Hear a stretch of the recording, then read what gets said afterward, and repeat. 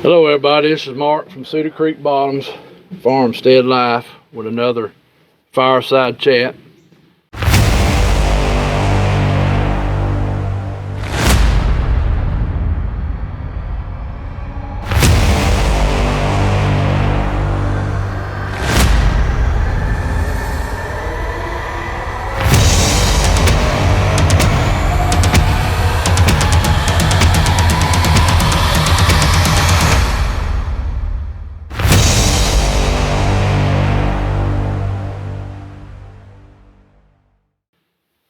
Today I got a guest on. I've been knowing him pretty much all my life. Grew up not far from each other, and he had hunted this property up here on Creepy Mountain since he was a boy. In fact, his family's land is not far from the mountain. And he's coon hunted with me in the past, some deer hunted. And we've come up here riding four-wheelers and just over the years hanging out up here. A lot of hours up here. A lot of hours. A lot of good times. And I didn't think to ask you a while ago, but my audience is pretty cool. Do you want to use your name or not? Yeah, I'm good with that. Rusty Newton. Yeah. So I didn't think to ask you that, but yeah, I'm good. I ain't got nothing to hide. That's right. But anyway. Back when me and Keith started doing a lot of research up here on this mountain, looking for boogers and stuff, we had a lot of club members that would have strange things happen to them. And now we're not saying what happened to them, all of them, was boogers or Bigfoot. Some of it could have been other stuff. So we're not insinuating that he's seen a booger. But he has had some different strange things happen at different times up here. And he's just going to tell you what happened to him. Then, of course, it's up to y'all to think what maybe he's seen or what was going on. So I'm going to let him tell it in his own words, different things that went on. We did have some club members leave because of these things, because these things got to aggravating some people. And of course, well, when your coon dog jumps out of the back of the truck, then jumps back into the truck there, runs in the woods 20 yards, comes back, that'll kind of make the hair stand on the back of your neck. It was something going on for them to do it. Yeah. We had that happen a lot. And we had several members. And we're not at the exact location this happened with him at. We're back over here where the Blue Man hangs out at. And you remember about the Blue Man with Adam Duncan? Well, I shouldn't have said his name, but that was my goof up. And the other guy, I'll put it that way, that seen the Blue Man, and then of course Jonathan Odom had seen him. Now Jonathan don't care about his name being out there, but so we're back over here. One reason it's cooler.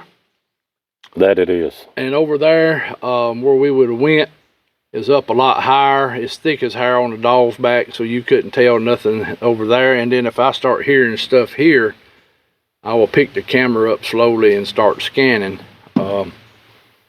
So if I do pick up the camera for a minute, y'all know something might be going on, and I'm gonna scan the wood line slowly. But well, Rusty, tell us a little bit about yourself. My name's Rusty Newton. I have my family land literally bottoms up to the bottom of the mountain.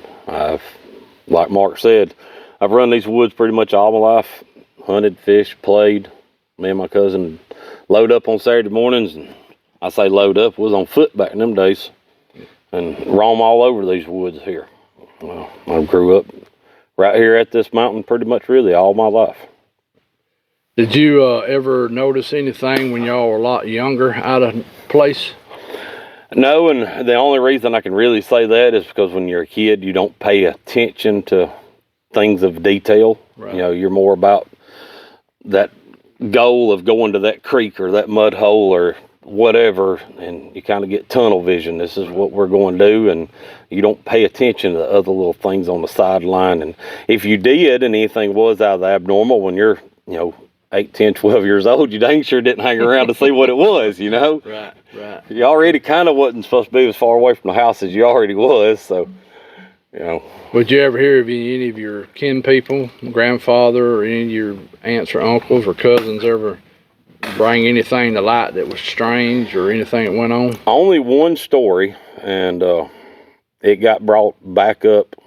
I'm gonna probably say 15 years or so ago, and I kind of touched on it a while ago. My granddaddy never was a big deer hunter, or I remember going squirrel hunting with him a couple times, but he was big into bird hunting. Yeah, he loved quail hunting, yeah. And I remember him talking about him and a guy named Toby that used to work the farm with him, coming back here going bird hunting one day, and it reminded me of a night went coon hunting, and you know, like I said a while ago, you turn the dogs out and they all they chomping at the bit ready to go until they get in the woods, and you know, 3 seconds later they're falling back out of the woods and trying to get in the dog box. And he had something similar happen to him, which, you know, back then, you know, everybody had all their, same as today, you know, what they thought it might be, what they didn't. And of course, you know, back then a lot of talk was about the black cats and all around. Right. But anybody, I feel like with any common sense, if a dog went in and got run back out by some kind of cat, you would know it in some kind of way. There would have been some kind of noise from the cat, or a fight, or you know, something like or that. The dog went to barking. Right. But it wasn't like that. The dog literally took off into a sage patch with some big brush piles in it, and the dog went around one of the brush piles, as my granddaddy told it, and come back and stood between his legs, looking at that like place. he was scared. Right, standing behind him, the only thing that was past his legs was his head, and he said that old dog had never done nothing like that, and he wouldn't hunt that area anymore. Not my granddaddy, but the dog. Like, right. He started walking out that area, and you know, who knows what it was, but that's about the only story that I can recollect that never made, you know, there wasn't no sense to it. Right. And that's unusual for a dog to do that. And oh yeah, usually they'd be in there raising Cain at something. Yeah, and if there was something there, you don't tell them what it could have been. Right. Well, I know when we formed the club up here in '96, and of course we started deer dog hunting, and I think you got in a few years later after that, after we done been. Yeah, y'all done got established pretty good. And you got in the club with us and started hunting with us regular, and of course you had some buddies, y'all would come riding four-wheelers, and then a lot of times you started coon hunting with us, meeting us up here sometimes when you had time and stuff. And I know when me and Keith started talking about the boogers, a lot of folks, you know, kind of started teasing us, which, you know, over time I got where I didn't pay that no attention no more.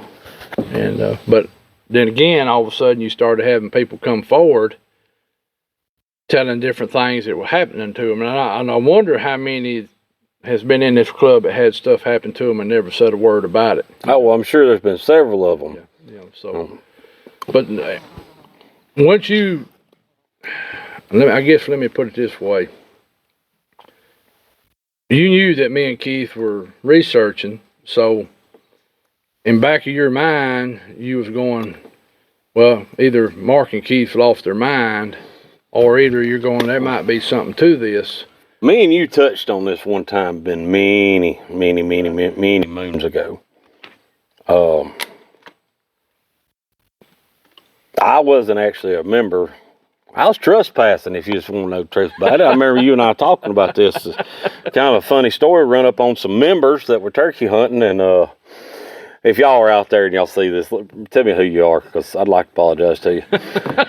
Several of us come up out of a bottom, and y'all had parked on the dirt road and was going down into said bottom to turkey hunt. And I wasn't a turkey hunter at the time, didn't know when the seasons and all were, but old man, seemed like an old man, his son and his grandson was all getting ready to go, and of course he started giving us a butt chewing, and I looked at him not being, and I can be a smart aleck, I get that, been told it all my life, but I wasn't being one this time. I was being truthful, trying to help. I looked at the man and said, well, we didn't see any turkeys down there, and of course that didn't help the case none. I got a tongue lashing and got the heck out of there, and then joined the club not long after that. But we spent a lot of hours up here riding four-wheelers. A lot. I just had bought a brand new four-wheeler and we was up here every weekend. And there would be times that, I mean, just to be truthful about it, so y'all understand, that we'd be up here and there would be, a good bit of drinking. I would leave from whatever location we was at, going back to my grandparents' house alone. And, you're doing 15, 20 miles an hour on a dirt road, sliding the corners, feels good. It's a summer night, got a little buzz going. And then all of a sudden, you just get this eerie feeling. Of course, you blame that on, the beer, Right. whatever. Right. But then there's that night that you wasn't drinking and you're going back home. And you get that eerie feeling, or you hear something over the four-wheeler. When you hear a limb pop or tree branches break over the sound of a four-wheeler, I don't care who you are, you're going to wonder, you're going to question, what is that? Right. And like Mark was saying just a second ago, how many people has actually not even said anything? I ain't say anything to anybody. I mean, what are you going to do? Go to the next, sorry about that. Go to the next club meeting and be like, hey, y'all, I had about 8 beers the other night and left them up here. So, you don't just say anything. But then when I find out what Mark and Keith were up to, and kind of start wondering, you can't not. Anybody that says that, somebody starts talking about, Bigfoot, boogers, whatever you want to call them, and you've had weird, we'll go with that word, unusual things happen that can't be explained, that you wanted to know, riding a four-wheeler down through there and something like that happens, you want to know what it was, but you don't have a clue. I'm sure, could have been a deer a couple of times. I've about run over a few of them up here getting back home, but it just, it makes you wonder, and then it just don't stop there. The weird things continue to happen, and Right. with all the things that's happened to me collectively over the years, I cannot sit here and look you in the eye and tell you that I've seen Bigfoot. That Bigfoot is real and it exists and there is a such thing. But if you hear the things that's happened to me and you have an answer, I would love to know what it is. And if you don't question it a little bit too after hearing some of the things, I'd love to know about that and why, because I don't have any solutions or answers. Right. Because that's the thing in this is, even as a Bigfoot researcher, I can sit here and tell you all day,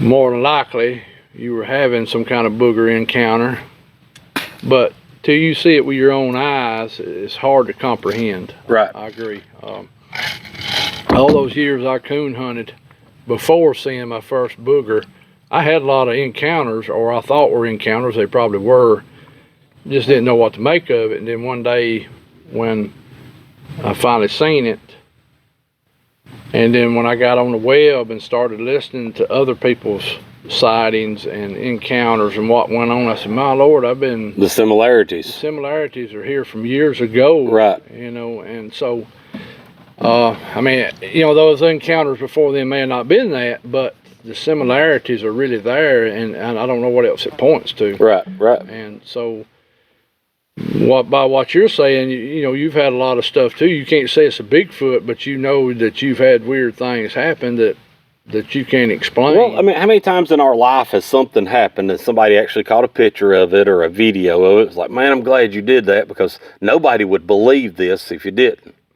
Right. Well, that's the same thing here. And us Right. as humans, you almost, when there's something that's so questionable by society alone,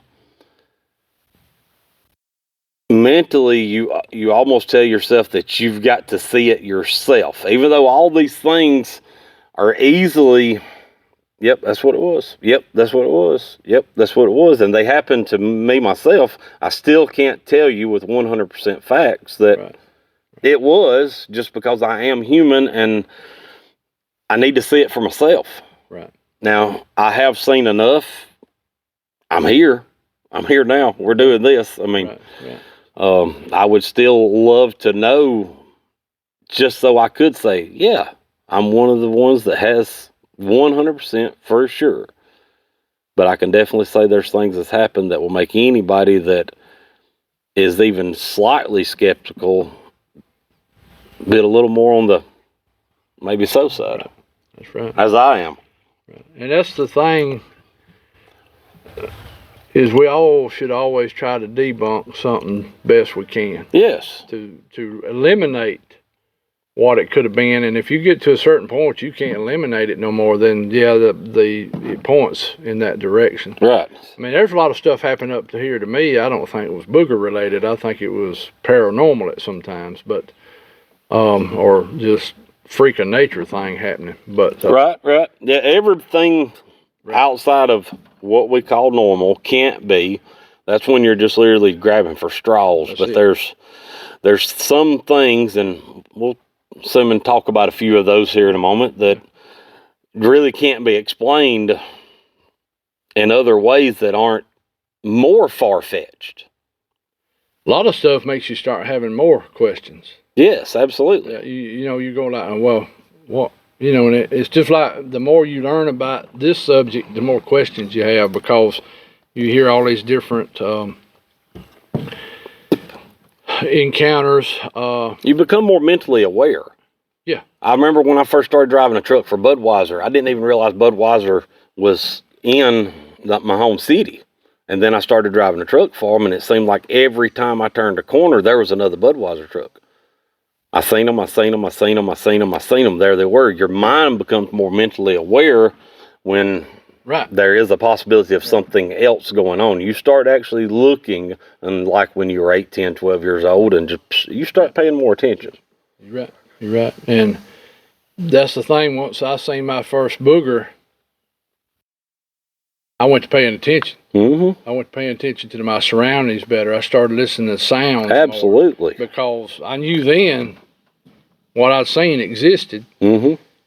and I knew I was hearing this stuff up here on this club, because I seen my first booger in Lowndes County, Alabama. Right. 70, 80 miles from here. And then, but yet there were similar things going on up here, and I'm going like, wait a minute, them things may be on my hunting club, Right. where I hunt. And then later on we did find out they were here. Well, I'll tell you what, go ahead and just tell all your weird stuff that's happened over the years, and Well, however you want to start it.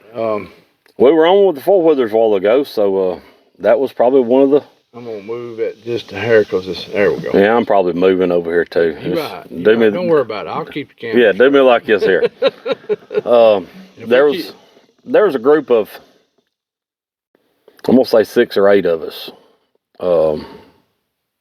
people, probably about four. It was all couples, but there's a place down below.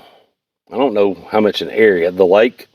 Yeah, they say know that? about the. Okay. Everybody knows about the lake. Um, You can say anything about up here. I got the one. Hi. I got the one. The name. Yeah. Okay.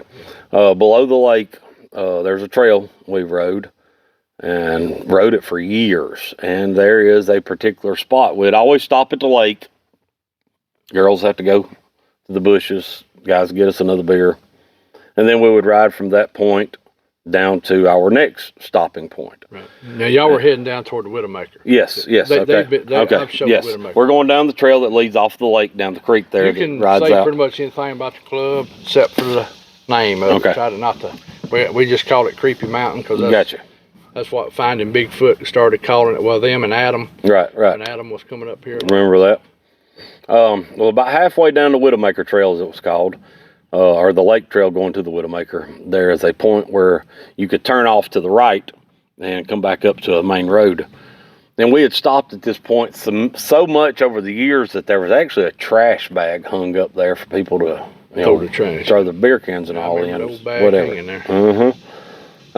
And we had done worked the area up pretty good, meaning brush and all that stuff, so we had plenty of room. We could park 10, 12, 14 four-wheelers there.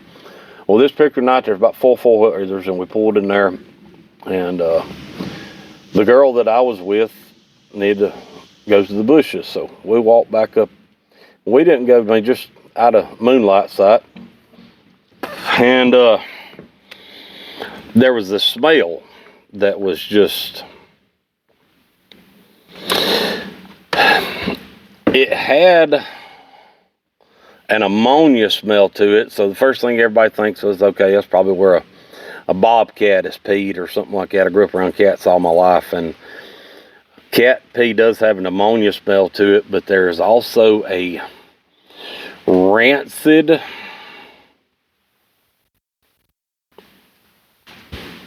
rotten egg musk is probably the best way that I've ever been able to explain it, with that ammonia smell. And there, I mean, it was dark. I mean, like go stromping through the woods trying to see if I could find anything. Right. We had no idea where the smell was, but where we parked at, we did not smell it until we got ready to leave, and the wind changed just a little bit, so we knew that it was back towards the mountain, the left side of the mountain, and smelt that smell 2 or 3 other times in that same spot. And it's a smell you will never forget. Now, again, I've smelt bobcats before. Like I know what a cat. This didn't. This smelled like a cat that had died. You know, just rotten along with it. But like I said, also a very strong musk smell. While we're in that area, on down that same trail a little ways, it gets real narrow in there. Right. And there is some areas on the right that is pretty sheer. Right. We were mountain laurel in there. Mm-hmm. It's a deep holler, very deep holler. The dogs, if we ever turned them off of Road 10, right, would go that way, and the big bucks like running down them cliffs. So I got over there. I say cliffs, those steep hills. I went in the bottom on that same trail we were just speaking of one day, and was tracking my dogs, and finally caught up with one of them, and I'm following her because she's on the same trail that my other dog was on. Well, we wound up going up the side of this at an angle, and there was a makeshift trail to some degree. Else you really couldn't have walked up it. My dog was ahead of me about 45 yards or so, probably about 25 foot higher on the side of the hill. And as I'm walking up that way, I look, and there's a big rock overhang. There you go. So an area you could get back in it. Now, it wasn't real tall. I know where it's at. I've been there before. Yeah, it wasn't real tall. Like you couldn't stand up straight in it, even out on the edge, but you could definitely sit down anywhere in it comfortably. Right. And the dog's up there, kind of piddling around, but she keeps looking back, continue to look back. She'll run back to me 10, 15 yards, then go back up there. I finally get up there to it, and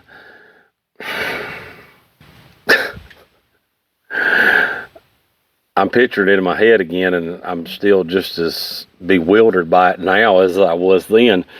There was 4 doe skulls right next to each other, almost like a kid would place something on a bookshelf in their house, their model cars sitting next to each other. And they were all, relatively about the same size. They were all definitely does. They wasn't, big old does. They all were, the young, smaller, year and a half old deer looking. And why? What? I didn't even make it up this far as a kid, playing on this part of the mountain because it's so far away from any of the houses. Because it's 9 miles across this place. Right. I mean, that's a long ways for a kid to do something like that. Now, yes, there's a 4-wheeler trail down there at the bottom, but y'all, I've been riding these 4-wheeler trails for, at that point, probably 10 years or so. And I had never, if it wouldn't have been for my dogs that day and deer hunting, you wouldn't have never went up through there. I'd never had a reason to. It's on the side of like that. There's no reason. Right. I mean, there's still places on this club that I'd never put a foot to for the same reason. There's some places I've never walked through just because it's just too tough. There's no reason. You can see it from here to there, just like this overcrop of a rock. You could see from the bottom down there. You know, you look up the mountain, it's 200 yards up there. Yeah. Why you want to go up there? Like, there wasn't no reason. The only reason you would go up there if you shot a deer and it fell up in there, but more likely it's coming on to the bottom. That's right, unless it gets hung on a tree. Now, sometimes I have went to the top and come down. Yes, yeah. You know. And I have done that in that area there. Right. 200 yards from this area, and that would have been another way that I would have happened upon it. This time I'm just happening daytime following my dogs. But the other weird thing at that spot, and this is something I learned from y'all, never knew what it was, but what they call tree knocks. In that same area, under that rock overcrop, was I swear it just looked like baseball bats of the most primitive way. Is really the only way you can explain it. You know, right. 3 foot, 4 foot long, and other than being extremely big compared to a baseball bat, you know, yay big around, and it was war. Like, it wasn't a rotten piece of wood. It literally looked like a print. I know this is just going to sound weird, but the best way for anybody to explain it was think back to the old days, and I can picture I don't know if it's a cartoon that I remember seeing in school, but you picture the little guy that looks like Fred Flintstone. Mm-hmm. He's got the long hair, and he's got the woman beside him that's dressed in some kind of leopard skin fur or whatever, right. And he's got the big... Yeah, the big... Just what it looked like. Club. That's what it looked like. Yeah, I remember you telling us about that. I mean, the fact that it was worn, too. I mean, when I say worn, it wasn't like it had been shaved down or nothing like that, but, you know, the bark on it was smooth in some spots, and, you know, the end of it out there was, you know, dented up, if you would say. So, okay, is this... What I've heard Mark and Keith talking about is, you know, tree knocks, and then I got to experience a tree knock up here one night for, you know, the first time with y'all guys, and I'm like, there it is. That, okay. Yeah, over there where he's talking about is, what, about 3/4 of the way down? Yeah. Toward the Widowmaker. Yeah, it's more than halfway, so yeah, probably about that. Yes. Yeah, down there past the old rock formations. Mm-hmm.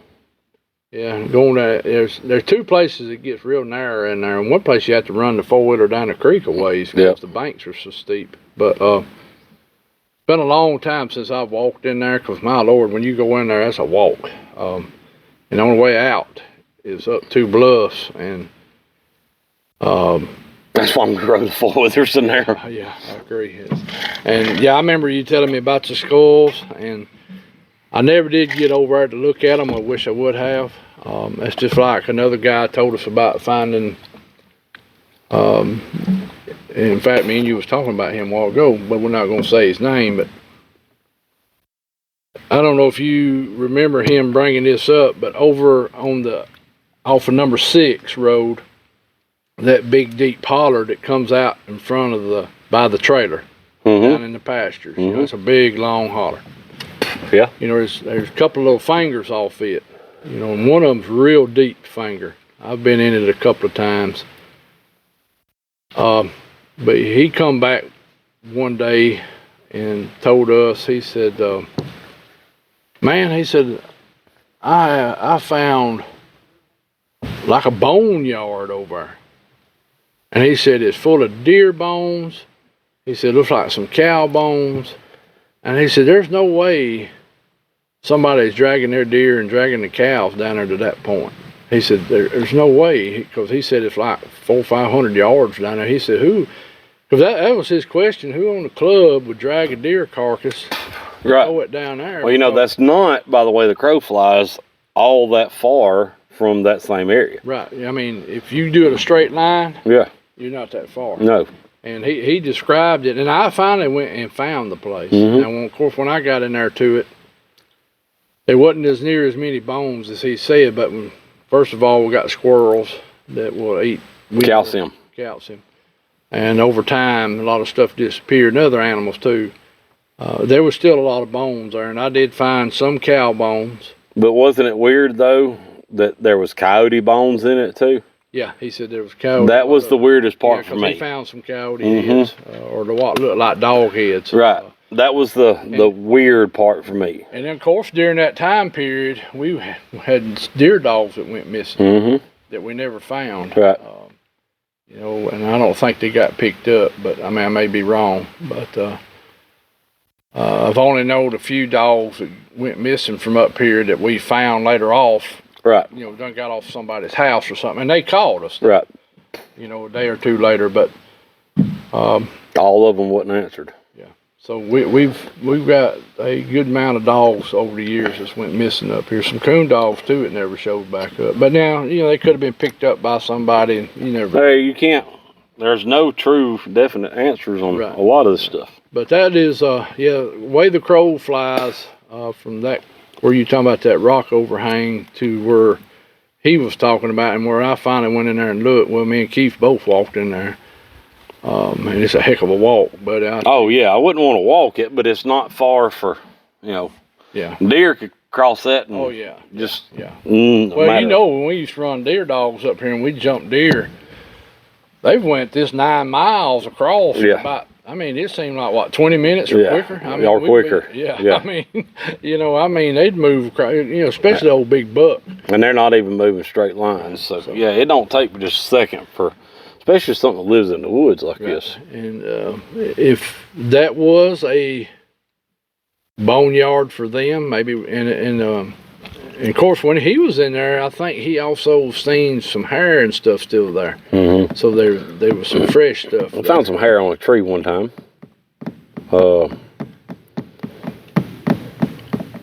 I guess I heard about that now. So that. Yeah, we talked about that. Where was that at? Okay, there's so much stuff went on up here, I can't keep up with it no more. That's one reason I try to find people that's had it happen to, where they can tell it, because I can't remember everything. Of course, after I lost my computer and notebook, I lost a lot of stuff.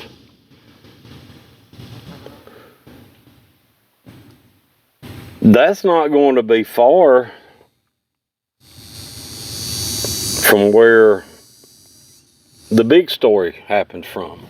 Okay. That old moonshine hollow. Yeah. You know where I'm talking about? Yeah, where the old stainless steel. From tanks where are. the store we're gonna talk about in a minute.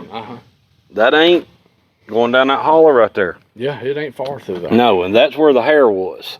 I had never been up that way.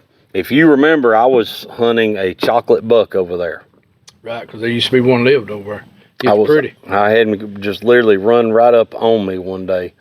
And I said that next year that I was going to hunt him hard. And after season went out. I seen him down there at the end of 7A that time. You know, I almost stepped on him. Well, he almost stepped on me. I was sitting up in a pine tree, and that's a whole nother story, chasing the doe. But I hunted that area. No. What's the word? Scouted that area a good bit afterwards. And that's kind of what led up to the big story, is me spending time in that area. It was a Saturday, didn't have nothing going on. Left the house and rode the four-wheeler back to the bottom of that hollow. And I'd always heard about the steel, so I wanted to go find it. And I rode up in there a little ways, and then, of course, you have to walk. Yeah. I went up in that hollow all the way to where the spring starts coming out of the side of the mountain there. And probably about 200 yards back on up that hollow was a tree. And the best I can remember it, doesn't an elm tree have the real rough bark on it? Yeah, they have a rough type bark on them. Something had been... We'll see if it might be one right here. He's usually... It looks very similar to the bark on that tree right there, except it's a lot more... Yeah, looks like a poplar there. Yeah, but it's got that same... That same type of run. Yes, yeah. But it's a lot more... I don't see one right off hand, but we can probably find one in a minute pretty easy. But for y'all that don't know, the tree is very contoured. Yeah, It's- they're not always straight as a fire poker. No, but make good scratchers if you think about Oh, it. yeah. And that's what, like, I walked by, I got that. Remember I said earlier, y'all, about that smell? Well, that musk smell hit me. And enough so that I turned back around and about shoulder high for about 1.5 2 foot area right there. So about like this on that tree on one side of it. The bark wasn't missing, but it was shiny. Like it had been. Right. You see what I'm saying? Something had rubbed itself. Yes. So where the bark on this tree was this deep in this particular area, it was then rubbed down to like this, and there was pieces of hair in it. Yeah. You remember what color it was? It was a multitude, but mostly a darker color. Yeah. Okay. Like there wasn't. It wasn't just all black or just all brown. Right. It was had some auburn to it. Yes. And there was even a little light, not a lot, but just enough that it made it shiny in a way, I guess you would say. And there wasn't a lot of it. Right. The majority of it was. I remember. More of a darker, and like you said, auburn is a good, and that could have been where the shine, because if you think about auburn, it's got a shine color to it, the lighter hue of it, especially if it's mixed in with a darker color. But I know. But you think too, what's running around in the woods? Even deer don't get up that tall. No. So, I mean, yeah, I know it's one of those, what do you do with that? I agree 100%. It's out of the ordinary. Very. And it had that smell to it again. It had that smell. So, I mean, it's one of them. But if you can't sit there and not think, okay, oh, that feels good. I mean, if that ain't what goes through your mind. Right. Something was scratching itself or rubbing itself right there. And it left a trace of hair. If you have any other explanations for that, I would love to know them. Almost as Somebody much. took her shirt off, didn't they? It was cold winter time. We had the itch. Hey, look. We got to scratch my back. I don't know, but a couple of men in my life that actually might have enough hair to do something like that, And there wasn't no blood, and I'm gonna tell you, if me or you backed up to a tree like that and did that, we'd have some blood coming off of it. The only other thing that might get in here that could do that would be a bear. And we don't. And we've just now had a sighting here or there, and this has been the last couple of years. Yeah, and this has been 10 years ago. Yeah. This would have been. No, it's gonna be longer than that. That'd been around 2010 because. Yeah, it's been longer than that. Yeah. So you're talking about 13 going on 14 years. Yeah. When you were telling me about a lot of the stuff you were finding. And a lot of it happened on the four-wheeler. Like at some point in time, I wondered if maybe I need to get a different four-wheeler. 'Cause it just seemed like every time I got on that thing that something went on up here. Yeah, and I did have a different exhaust on it. You used to have one that's kind of loud. Yeah, yes, I've changed the tires out on my Honda that I had, and I took it to. You coming a mile away. I took it to a local muffler shop, and he took an exhaust off of a Yugo, and we called it the WeGo, and put it on that four-wheeler, and it did make it a little bit louder. Yeah. I remember me and Keith be sitting up here at night, and I said, I hear Rusty coming. It'd be way in yonder. Yeah, it'd still be 7-8 minutes before I got here. That was a good thing, because after I put that exhaust on there, I didn't hear near as much going through the woods. And that we'll talk on that a minute. I think we had all been hanging out, and I don't think it was at the lake. I got to thinking about that. I think it was the night we were all hanging out at the intersection of 6 and 2 at the top of the hill. The four-way, yeah. Mm-hmm. Yeah. Above the beaver pond there. Yes, yes. My mind went blank, so I'm sitting there thinking that's not a four-way, but there is a road that goes to the left. So yes, the four-way there.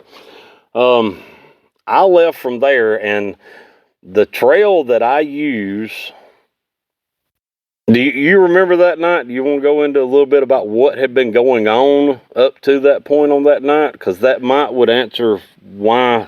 I vaguely remember. That's the thing. There's so much has happened. Pat was here that I night. remember Pat was here. We had wafers out. Yes, we had some. Yeah.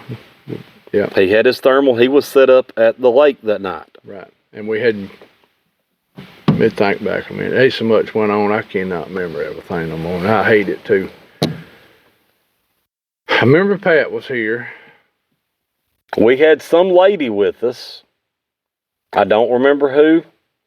I'm going to say. Was it the blonde-headed lady? I'm going to say a neighbor past where I lived may have brought his girlfriend up because it seemed like she got into that. They were in a vehicle that didn't have a top.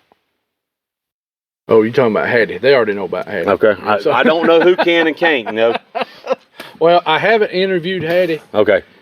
I've been wanting to get him because he's had some good stuff. Yes. Well, but Hattie, I'm wanting to say this was about the time, and it may not have been her, it may have been somebody else, but we did have a woman up here that we were using for a call. I guess you would she say. was doing a call. And Yeah. You're probably talking about my ex-sister-in-law. I do remember that. Could have been her. Yeah, that when her and Hattie dated for a little while. It could have been. It could have been. Yeah. But I do know that. That when you said that, I started thinking a minute, and I said, "Oh, I know who we talking about now." We had been doing. And I still attraction of some kind. consider her a sister-in-law in a lot of ways. So me and her always got along real good. We She's the one that informed me that I was at the house. They had made it down to the house. I remember that now. I remember. She called me at work. Won't know why I had a bunch of apes in my backyard for. That's the way she put it. She said, "Why is there apes?" How do you answer a question like that, Mark? I mean, I'm not trying to interview you now, but I really want to know how you answer a question like that. I was like, they followed me home. I'm not going to call her name. I'll mess up and call her name, and she might not appreciate that. And then she probably wouldn't care because she'll tell you right off the bat she's seen Bigfoot before. In fact, I got tickled back in back in March. I had a group come up here one night. Spencer and Greg and Coombo and all them came up for a weekend, and we all went and ate at Good Old Boys restaurant. And I seen her in there, but I threw my hand up and I whispered to old Greg, Good Old Boy, I said, when you get up there when she takes your order, well, she wasn't taking orders. She's the manager up there now, but I said, asked her if she ever seen a Bigfoot. I said, because she don't know you from Adam's house, kid. He said, all right, I will. Because he likes to cut up, he likes to cut up. So he gets up there and he says, hey, honey, you ever seen a Bigfoot? She looked right at him and she said, well, yeah, I have. You won't run across too many people that can say it with that kind of certainty. Me and she went to grinning. But, but yeah, go ahead. I'm sorry. I got off on that. No, we're still on there. We'd pretty much been calling that night. Yeah, we had. We had our thermal imaging. Well, I say us. Pat has thermal out, and I had my listening devices. Yeah. And we had a few pings, we'll call it. But it was about time for me to go home, and I was on the road, of getting to the trail where I used to go home at.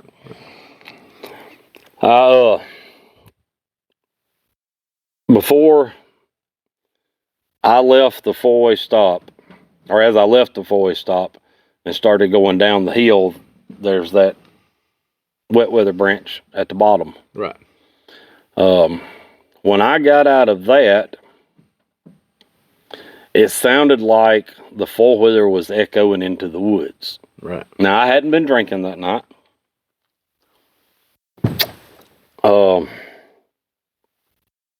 Going back to earlier, sometimes, it's just the beer. This wasn't no beer. I had this happen before, but because of the night's earlier events, you really start to wonder. I'm playing it all back through my head, y'all, and it was wild. As you're going down the road on the four-wheeler, and it's like I said, it sounds like the rocks and everything is, the You hear echo. everything. Yes, it sounds like it's echoing through the woods. But then that sound that you have sit there and mentally said it's the four-wheeler, when the ground itself that you're riding on changes, Right. but the sound you're hearing over here doesn't. Then you remind yourself, I haven't been drinking. Right. Right. Um, In other words, you went into a softer part of ground. Yes. Quit making racket. if you go but through you that still heard ditch, stuff. well, think about it. When you go through that ditch, there had been a lot of big rock put up over time, Right. Right. and Right. Yeah. noise going through there. Right. Well, then before you get to that next road that cuts back, it changes to a dirt with small pebble like Right, in right. it. So it goes from a to a. Yeah.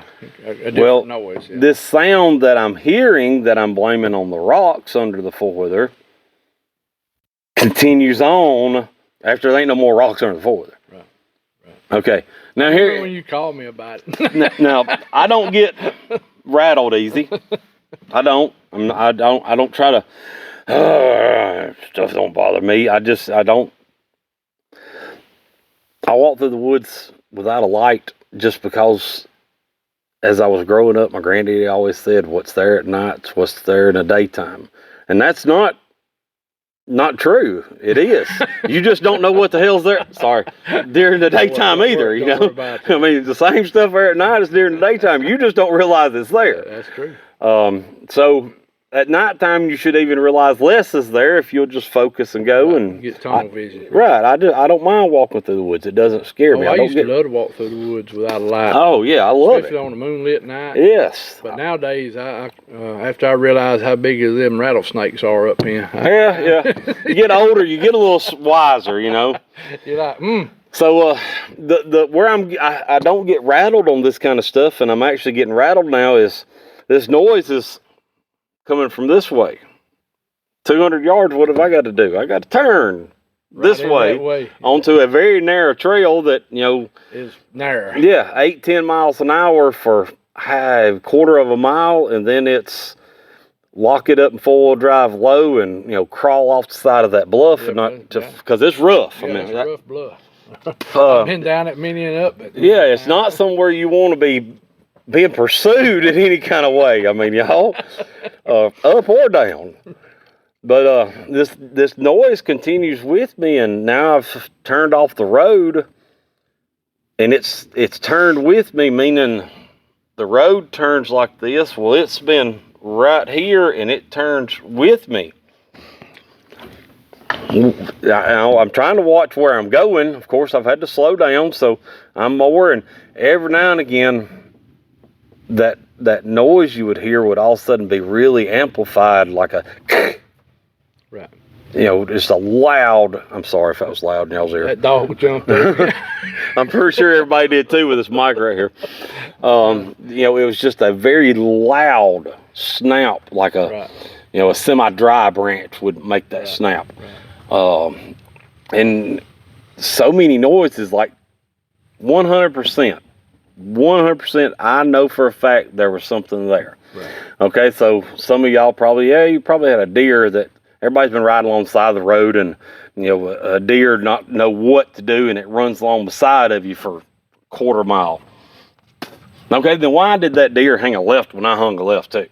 Why did that deer stay parallel, like 15 yards or so from the side of the road, all the way slapped to the bottom of that? I slowed down. Almost to your house. Yes, I slow down, it slows down. Oh yeah, close enough to the house that when I cut the four-wheeler off, I stood there and looked around for a freaking minute because just make sure it didn't step out with you. I mean, I had to be honest. When all this first started, one of these are messing with me, and I'm. Anytime something happens and you don't have answers, you go through as many possible. At least I do. My brain works stupid. Right. You start trying to debunk Oh it. man, so many. So the first thing that went through my head is I start counting faces. Who all was up there at the four-way stop? Yeah, Pat was there. So he didn't, I gotta go pee, y'all, and disappear because he knows Rusty's fixing to leave and try to scare the piss out of him. Well, if it would have been Pat or somebody that I didn't remember, ain't no way they could have paralleled me that far. to the house. I mean, I don't know anybody would want to. no. And didn't have to come back up that bluff to get back to us. No. I mean, there is no logical Yeah, I nothing. remember you calling and saying, "Hey, who followed me home?" Yeah. Like, what are you talking about? Yeah, I mean, you have to rule out possibilities because, You know, I'm like, "What are you talking about, Rusty?" He said, "Something paralleled me all the way home." and that turns into a private property on a road Right. for a half a mile from the back of there. So it wasn't like it come out of the woods. Now, it was a different kind of woods, but it wound up in a field at some point. I mean, it was overgrown. You know, that stuff's 10, 12 foot tall through there. But that noise changes.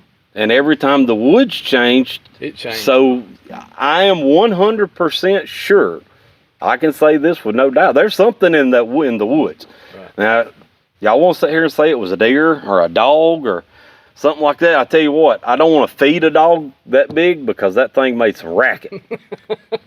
And I want to shoot a deer like that because that deer was stalking me, and I don't want no deer around here stalking me. So you got to come up with something better than a deer or a dog because I ain't buying either one of them. And wasn't nobody's cows out at the time. Nope. Ain't no cow gonna do that anyway. And ain't nobody's horses were out, and the horse would have come on up to you. Absolutely. The horse would have followed me on in the yard or you know, something like that. This literally stopped 20 yards or so before we got to the pavement. Right. It was like you were to stop at. Yeah, exactly. Which is not a very comforting thought because, that thing was thinking. well, what'd you say about that loud four-wheeler? It stops, you know, it stops just across the road over there. Hey, okay, he's at home. I cut it off. Out where I was at. Loud Right. mufflers. Now you're catching on there. Yeah. So yeah, when I got the loud four-wheeler there, it definitely knew where I was at, or the loud muffler. Like how they figured out where I was. Yeah. They listened to me leave this club on that truck when I had them glass packs Mm-hmm. Well, how many times did your dogs leave your yard and come up here. and come up here? Yeah. So. They knew where all of us lived. Oh. You know, it was like when she called me at night wanting to know, why do you have apes? And I mean, that's how she put it. Why do you have apes in your backyard? That's hilarious. Apes. And because she went out to smoke. She was babysitting for us, and she put the kids to bed for me. Because ex-wife was gone on a business trip. I was on the midnight shift. And I knew it was weird for her to call me at 11:30 at night. I'm Right. like, why is she calling me? It scared me. Right, something's wrong with my kids. Right. And you could tell her voice was very excited. I mean, she had a lot of excitement going on. Right. She said, I went out on your porch to smoke, and there's a bunch of apes screaming in your backyard out here. She said, your horses are over here in the corner. She said, you got their butts resting on the fence. She said, oh, where's the dogs? She said, they all are up against the porch as far as they can get. And she said, they ain't even looking out that way. You know, and I had that old bird dog buddy. I had that Irish setter. You know, they bark at anything. She said they're as quiet as a mouse, and they just sitting there. It's amazing. That's probably one of the most. I mean, where's your dog at? She's over here. How far has she been from this truck since we've got here? Not far at all. And she usually will. How long did she sit in the truck? We made a joke about it, giving her water on the console because we opened the door up everywhere else we've got to except for this lovely spot that you picked. The dog has got out of the truck. We're literally setting everything up and talking here for 15 minutes before the damn dog is in the back seat looking through the window at us. You know, I don't care who you are, but if that doesn't make you wonder, you know. Well, I think she has, like at the house. I showed you something earlier. I'm not going to say, because later on I'm going to probably do a video, but I showed you something. Yes. Dogs ain't stupid. She goes out there with me. Now, a lot of times, because it's real hot, she'll leave and go back to the house. This was late in the evening. There was shade everywhere out there. That dog stayed with me for 5 or 6 minutes, and it's like, Right. She's to the house. And most of the time, late in the evening, she'll stay with me because she's out there because she knows the squirrels and rabbits are around, and she likes to chase them. That day, when I done both times I've done videos, because what I showed you is actually 2 different times. They're a week apart. Okay. That dog, was back at the house within 5 minutes. And I knew one day she was acting funny because she usually tear off through my corn patch. Well, that's what I was saying. It's kind of funny on how, if we look back, and, back in the day before we really had any idea of there being something else up here, we always had coyote problems up here. Yeah. So if somebody turned a deer or a coon dog or something loose, or even a pack of them, because we've seen more than one come back, you just always, it must have been a pack of coyotes or something come through, and that one or two dogs come up on that smell of that pack and was like, oh no, turn around and head back to the truck. But in reality, it really don't work that way, because a coyote's not going to run a dog off. That's how a lot of dogs get killed, because they don't heed the warning of all those different smells. And you take a hunting dog, which is a different breed of dog compared to most dogs anyway. Entirely. Once they get the taste of hunting, yes, for what they're wanting hunting for, they are tunnel vision. Yes, absolutely. You get a good coon dog that knows what he's doing, he's going to go tree you a coon. It might be 10 miles way over yonder. Right. Now, sometimes you get lucky and get them trained where they'll short hunt. Right. They'll make a circle, stay gone 20, 30 minutes, come back to you, then you can load up. You don't get that lucky with too many of them. I mean, I've had a couple. Old Raven was one of them. That was a good dog. I could hunt him. I could hunt him everywhere in one night. I mean, I could try every spot. Unlike some of them, you turn loose on one end and get them and the coon on the other. Yeah, and there's been times I have left this mountain because they went over on private property. Lucky it was on people's property I had permission for or knew them real well.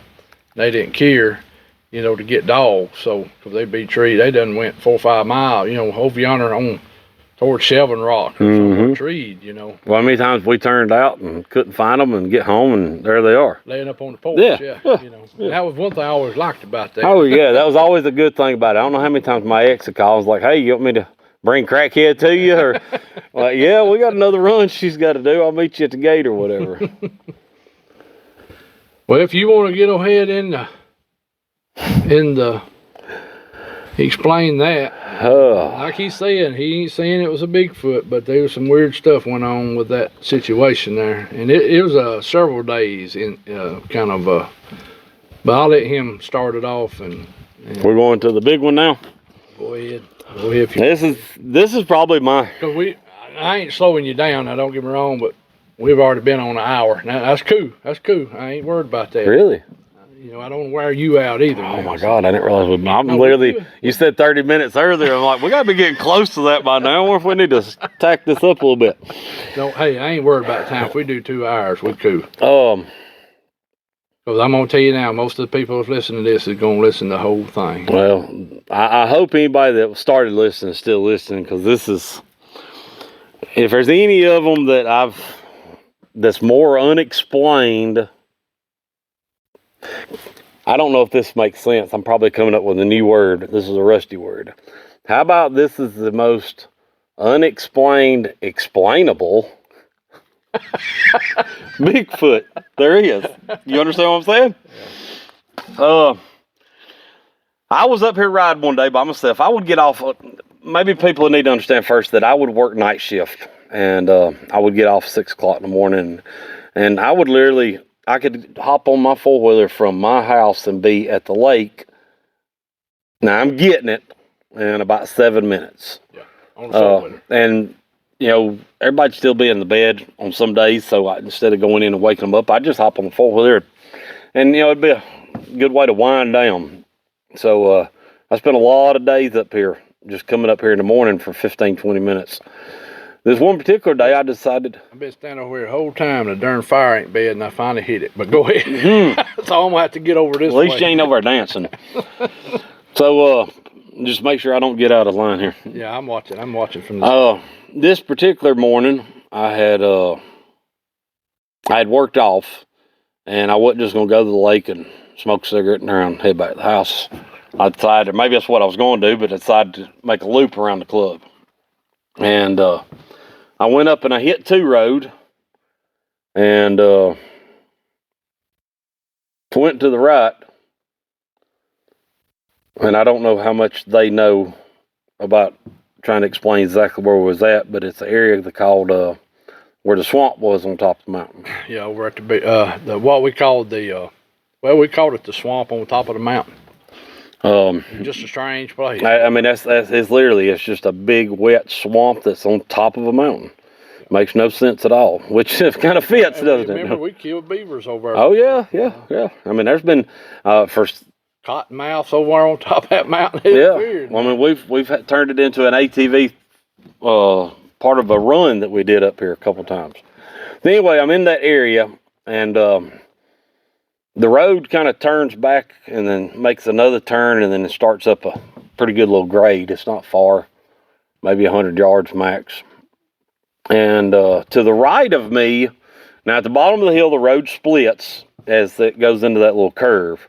And right there where the road splits at, in front of you is some pines that are 10, 12, 14 foot tall. And then to the right, about the same thing, probably planted the year before, because they're more of the 6, 8 foot. And that goes into what I'll be saying here in a minute. There's a lot of sage in this area. And right there off the road, basically across from the swamp, Get away from that. is an area where there wasn't a whole lot of anything. And in that area is where this happened. I get up to the top of the hill, and I ride onto the end of that road, and I turn around, and I was like, I'm going to head on back now instead of making the bigger loop all the way around, because that's another 30-minute ride. So I turn around and I come back, and as you're coming down that hill, there's a big rock to the left, about halfway down that hill, maybe not quite halfway, and a little area where you can pull off to the side of the road. Right, it's still there. Well, because all the trees were smaller, you had a really good view right there. You could see a half a mile across there easy. Easy, and then you could see, Even slap to the quarry and everything out through there, up on the side of the hill. I'd say it's a good place to stop, because, it's been 20 minutes or so since I was at the lake, and I did have a beer. Like, I remember I had worked off, and I took a couple beers with me. Well, I stopped the four-wheeler, and I'm sitting there sipping on my beer, enjoying everything. Now, this wasn't deer and hunting season either. No, that's what I was thinking. It was more. This is springtime. Yeah, early spring. Yeah, it's cool, but it's not cold. Right. Like, I had a long sleeve shirt on that I'd wore to work. Right, that's right. But before the morning was getting over with, I had rolled my sleeves up, so it was starting to warm up a little bit in the day. I'm sitting there, and it was cool enough that I just grabbed the beer. I didn't have a cooler or anything. Right. I'm sitting there, enjoying myself, and I look down there, and what y'all got to understand is this area had been clear cut. And when they clear cut, they don't leave massive stumps, because that's the first thing that's probably going to go through your mind, because it's what went through my mind. But as I'm sitting up there and I look down, I see this, what the first thing went through my head is a black stump, 5 foot tall, not quite, but close as big around as a 55-gallon drum. First thing goes through your mind. They normally burn these places after they cut them, but have you ever seen them cut a tree 5 foot from the ground and leave a stump up? Not up here. You don't see that. No, you don't. And it didn't move. Like, the whole time I'm sitting there drinking my beer, and it's to the point that I've done sat there and looked at it long enough I'm questioning, like, what is that? And I want to know, and it's not far off the road. Like, I literally looking from where I'm at, I'm like, I ride forward, they're right down there. I finished my beer, like, I'm not in a hurry, Well, you remember, as I said, you're going up that road, the road curves back. When it curves back, as you're coming down, you lose vision of every bit of that for about 10, 12 feet. Right. As I get back into view of it, I automatically know whatever I was looking at, okay, wait a minute, it's not there. Well, first thing you think, okay, there's something that's got between me and it down there that's over here. So I ride on down. I didn't get off the four-wheeler that time. I literally circled around. Nothing. I go back up, and you remember I said it's sage. You can see the sage where it's laid down. Like, when I get back to the rock up there where I stopped at, I can see my circle. And I went within 15 feet according to of where that, but it's not there. Right. Oh yeah. It's not there. I go back to the area.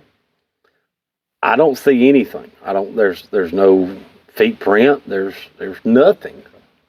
So what was that I seen there that day? Right. Like I said, about 5 foot tall and yay big around. Right. Was it something crouched down? Was it something on a knee? Was it something standing? I mean, whatever it was very still, because like I said, I finished my beer before so I was there a good 8-10 minutes, you know. Now, because of that incident, we go into the final. Y'all hear Mark giggling over here. It's pretty interesting. It was interesting, no doubt about it. I've had a lot of people look at me with jaw dropping on this one because nobody has any answers. But me and a guy came up here. I left home and a neighbor had a dead deer in their yard. And y'all heard me say earlier, we've had a lot of coyote problems up here over the years. I'm going off somewhere that day and I see the dead deer. So I call this buddy of mine, like, hey, what are you doing about lunchtime? And nothing, well, come help me out. So I go pick him up and we throw the deer up the back of the truck and he's like, what are you going to do with it? And I just get it out of the yard. Then, you know, we get thinking, hey, let's go throw this thing up on the hunting club. You know, this is a couple of months at best. Like it had done got warmer. Yeah, it was more in the summer. Yeah, it had done got warmer because I specifically remember that because the deer had started swelling from that morning. It was decaying quick. Right. We're going to bring it up here and, you know, maybe get a coyote or two off of it. Where are we going to put it? Well, the first thing that comes to my mind is how we could get up on that hill and see out in that area well enough. I ain't got to walk, you know, park the truck top the hill. That'd be a good spot. And because of the incident that happened just a few months before, you know, if it was a bear. Right. That we have never seen up here. And like I said, this has been some years before anybody had ever seen a bear. Let's just find out. But coyote is our goal here.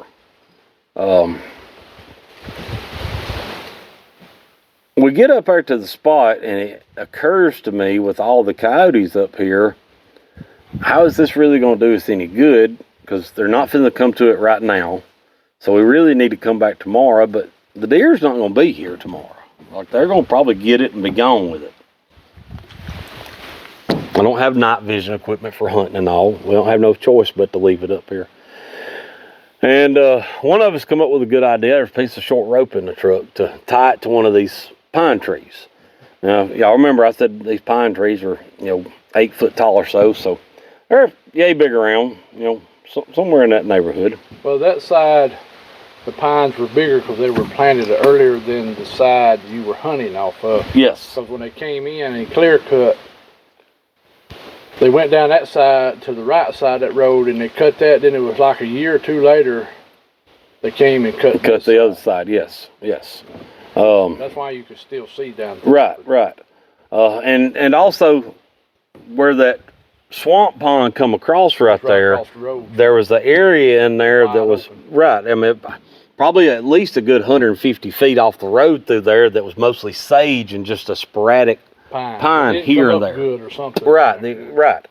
Well, that old ground's so rocky. And then even past that. Yeah, there was an area that didn't do very right. well. There wasn't a lot of pine trees in there. And as you went on further down, they had been planted a year later because they were like 4 foot tall or so. Right. So we've got several things going on here. Well, we decided to tie the deer up so the coyotes won't pull it off. At least maybe there'll be a leg or something that we can hunt off of tomorrow. So we find a tree. Like I said, it's yay big around, tied up at the bottom. I cut the tendon on both the back legs, fed it through the tendon. That way it wouldn't just slide off. Right. Double tied it up and didn't think nothing else about it. We left. We didn't get up super early the next morning, but it was before lunch. And it wasn't even me. He wound up not being able to come. I hopped on the 4-wheeler. And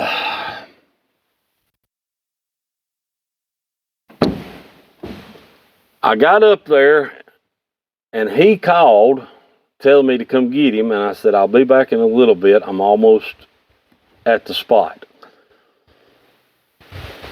I get up there, and I walk around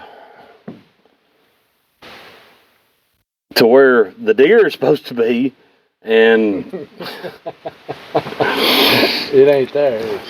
well, no, it's not there. So I'm thinking I'm not in the right spot, you know. Right. But you can see where we had drugged the deer. This is the spot. So after looking a little bit harder, there's the hole where the tree was. And y'all, I know when you called me, I was like, Lord have mercy. y'all, if you would picture a volcano.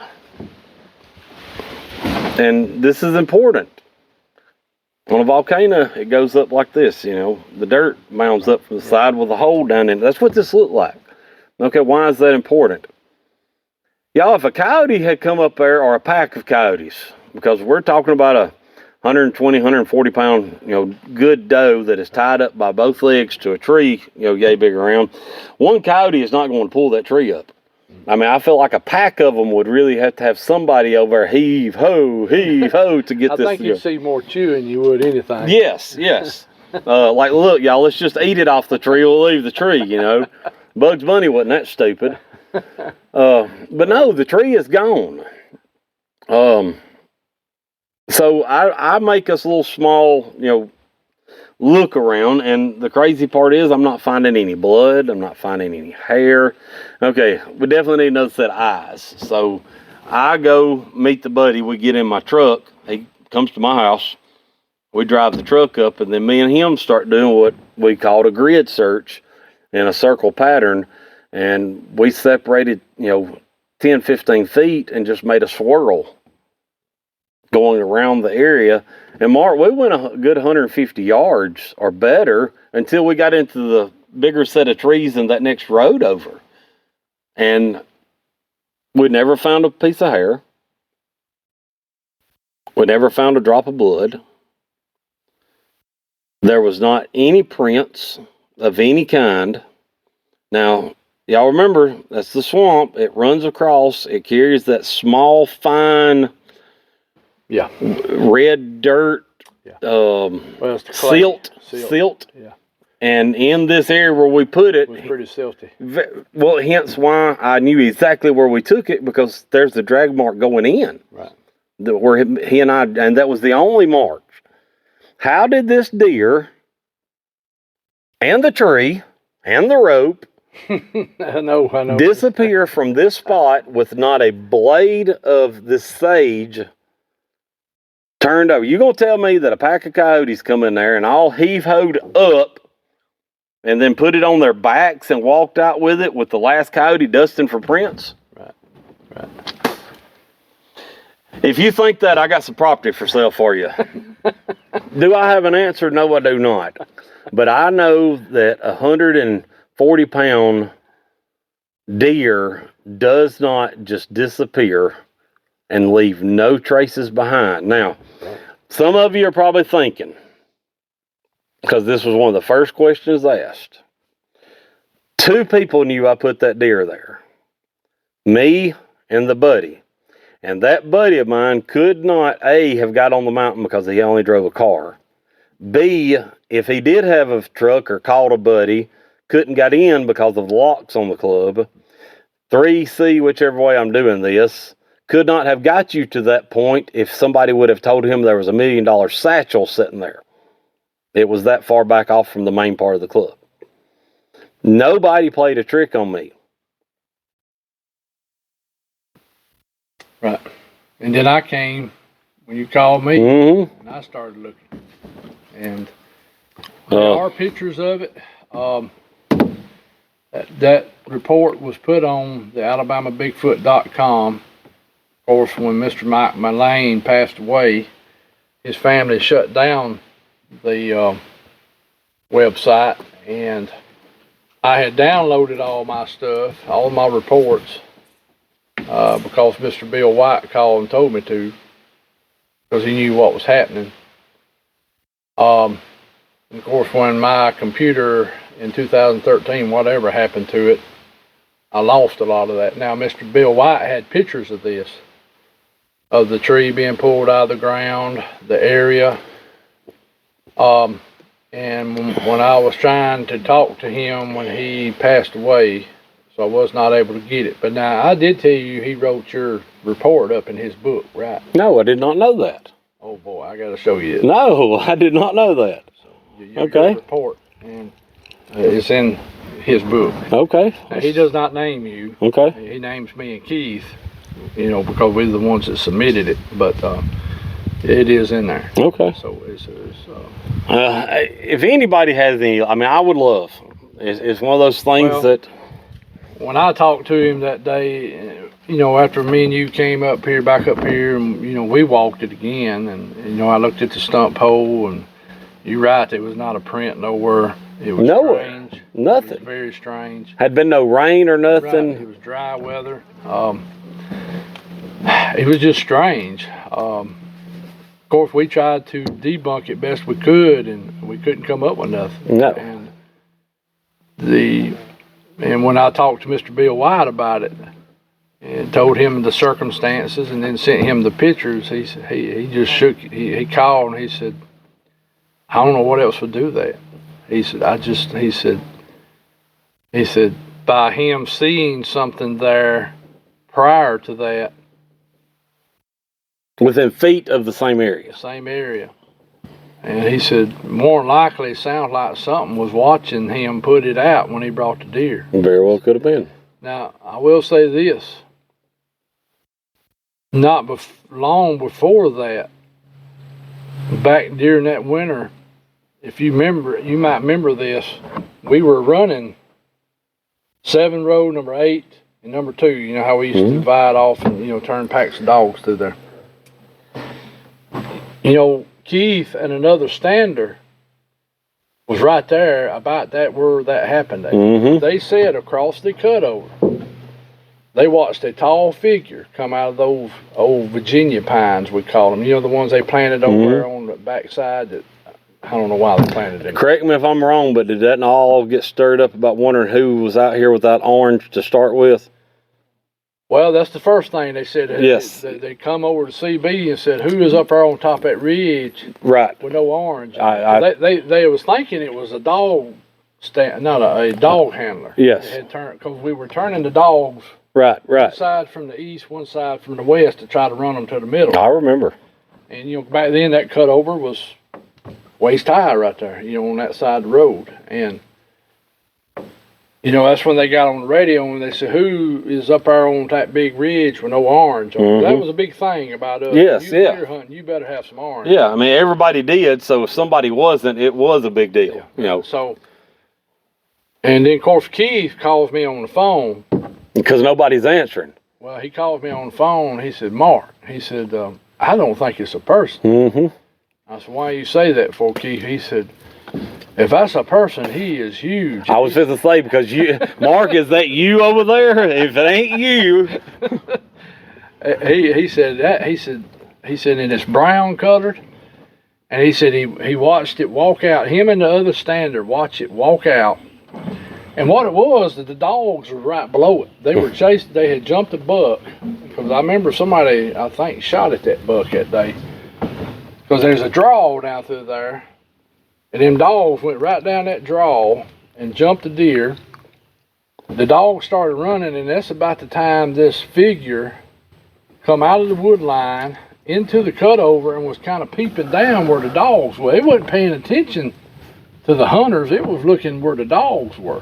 Well, from where Keith was at, it would have to be a pretty good size. Well, it was. I to think be able to see Keith, it. back then across there would have probably been a good half a mile. I mean, but now you can see a person a half a Oh, mile. yeah. Especially with orange. Well, but especially also if it's a little bigger. Right. But when Keith, he called me on the phone, he said, Mark, I'm beginning to think that's a booger. He said, because it came out, he said, it kind of peeped. He said, we thought it was somebody in the club. He said, no arms. And then and later on that day, we went to quizzing people. Hey, did you walk out on that ridge? And nobody was there. And nobody said, no, we went over. Most of your standards were all. Well, I remember going back and looking at the map to see why we had standards over there, and there wasn't none. That's why you pointed out to begin with, we thought maybe it was a dog handler because they're more mobile during a run. Right. So. But we were all accounted for. Everybody was accounted for. Mm-hmm. And then when me and Keith actually went over there and climbed that bluff and got on top of that ridge, there was a trail there that wasn't a deer trail. This trail was like a human trail. It was huge. The other thing, we didn't find no tracks. We looked like crazy. And it's rocky ground, it's hard to tell. But the other thing that caught me off guard was when Keith said its waist was above the sage. When I'm standing in the sage, and the sage is up on my belly. Mm-hmm. So this thing's at least a foot. Yeah, if its waist is here, you're a good foot and a half taller. And then when we talked to the other stander about it, 'cause we got him off to the side, he confirmed the same thing. He said, of course, he said somebody, because we never. He was one of those we didn't ever really talk about boogers to. But his thing was, he said, all I remember, he said, I could see the dude. That's what he said. Right. He said he's a big old dude, and he said, I could see his part of his legs above his sage ground. Like he was standing on something. Right. So that's another thing we did look for. Yeah, I remember. We looked for any boulders. Well, the problem was that he was walking and there was a steady, Keith said, of above the sage through there. It's like it never changed. Right. And then when we got over there to look, I think it was the next day we went. Mm-hmm. We didn't want to go over there while everybody's hunting. Because what I was talking about that day, y'all were going to look to see if there was a bank or something on the side of that to where it could have maybe made the vision look like it was different what it was. But it was still unaccounted for. What was that? Did you hear that? When the plane went through? No, it was a I think it was her. I haven't felt anything weird so far, but I have heard racket down there. Okay, so it's not just me. You heard? Yeah, I've heard stuff. Okay. That way. I haven't noticed anything. You start paying attention to stuff like this. Me and Mark was talking on the way in here, and he might video it on the way back out if we can find it. But there was a pine limb, yay big around, about that long, laying right in the middle of the road. And there's no pines right in it. Dead as all get out, and there ain't a pine tree in that area. It's hardwoods on both sides of the road. How? Yeah. Well, we found. What about the toe print? Do you remember the toe print? Do you know about the toe print? Now, I may not know. The toe print might be a new one to you because that may. Well, go ahead and explain it. Going off the lake, where we were talking about going down that four-wheeler trail there. When you come right off the lake. As soon as you get off to the bottom, maybe if I got down there, I could show you where it was. But you know how you have the creek running through there, but then you have that little narrow mud that's got the fresh water on top of it. I know what you're talking about. But you can't run a four-wheeler through it because it'll just soak you up. All the sediment comes out of the lake. Yes. Okay. As I went down the hill, and there was only two of us, the boy in front of me, something come off the four-wheeler. Maybe his little compartment come open. Anyway, we had to stop, and we never stopped right there. We've just been stopped 25 feet up on the side of the lake. We never stopped right there. You go. They've watched me walk down that trail a little piece. Yeah, I've never had a reason to stop right there and get off. The place he's talking about is where I put the watermelons at last year. That's what I'm talking about. The ones that's watched that video, that is. We got off right there and we're walking around, and where we had to park the four-wheelers because we had to get back in the trail and get across the creek and yada yada. But for some reason, I stepped a different direction instead of going back where I was. When I went to walk across, there was when you're looking at the mud, it was just like you said, it was sediment. So you've got leaves and all this stuff, Right. and it's meaning it's got texture to it. Right. And then there's this one area there, probably about something about this big that was just flat. Right. Just flat.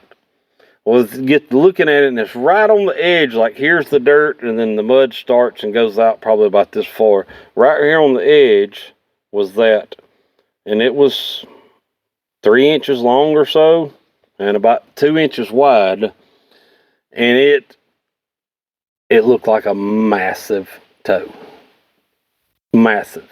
It would have been the left, Right. because to the left of it was an indentation, but back to the leaves, you couldn't tell except where the leaves had been pushed into the mud, and then they come back up, so there's the imprint of it. What else would make a leaf imprint into the mud other than something flat pushing down on it? So you couldn't see the other 4 toes because they touched the leaf. I've never seen a Bigfoot. I'm saying toes, because what else would it be? Ain't too many people walk around up here barefoot. No. Well, I want to see the man that's got a big toe that big. Right. I mean, we're talking like a Twinkie just with the first little bite bit off by a small kid. Right. I agree. And If people knew how many rattlesnake and copperheads were up here, and we're in the time period where people don't walk barefooted much anymore. I mean, I could see back 1930, 40s, when kids run around barefooted. But now, as a kid, when you're talking about, and I do remember what you're talking about now. You did tell me about it. that was one of the first things that ever happened to me. Yeah, I do remember something about that. So That's the only track I've ever seen. But I do have one thing I want to say for anybody that doubts it, because this is something I have to remind myself of all the time. Just because you don't see something there doesn't mean it's not there. Amen. We live in a town of approximately, 30,000 or so? Well, the population of Sylacauga, I think, is around 13,000, 14,000. Then when you take the whole county around it, and that's including Childersburg, and the county surrounded, because the whole county of Talladega, I think Talladega County has 80,000 people, which the majority is, well, it used to be Talladega, but they're losing population. And then you got a lot of folks in the northern end, but down here there's a lot of folks too. So yeah, I don't know would why I say thought I'd heard the number that's Sylacauga. So whatever. they're probably talking about surrounding. Maybe. You've got that many people. How often is it you go in Walmart and you know every single person in there? You don't. You see new people all the time, even though you're around these people. They're there. Just because you haven't ever seen them before doesn't mean they don't exist. Very good point. I don't know where you're going. That's a very good point. Here's what got that train track thinking when all this first come about for me. There's deer in these woods, and there's people that spend excessive amounts of time and money up here hunting, and then you're up here stalking one day and run across a shed, and you take it up to the clubhouse, and nobody has a picture of it.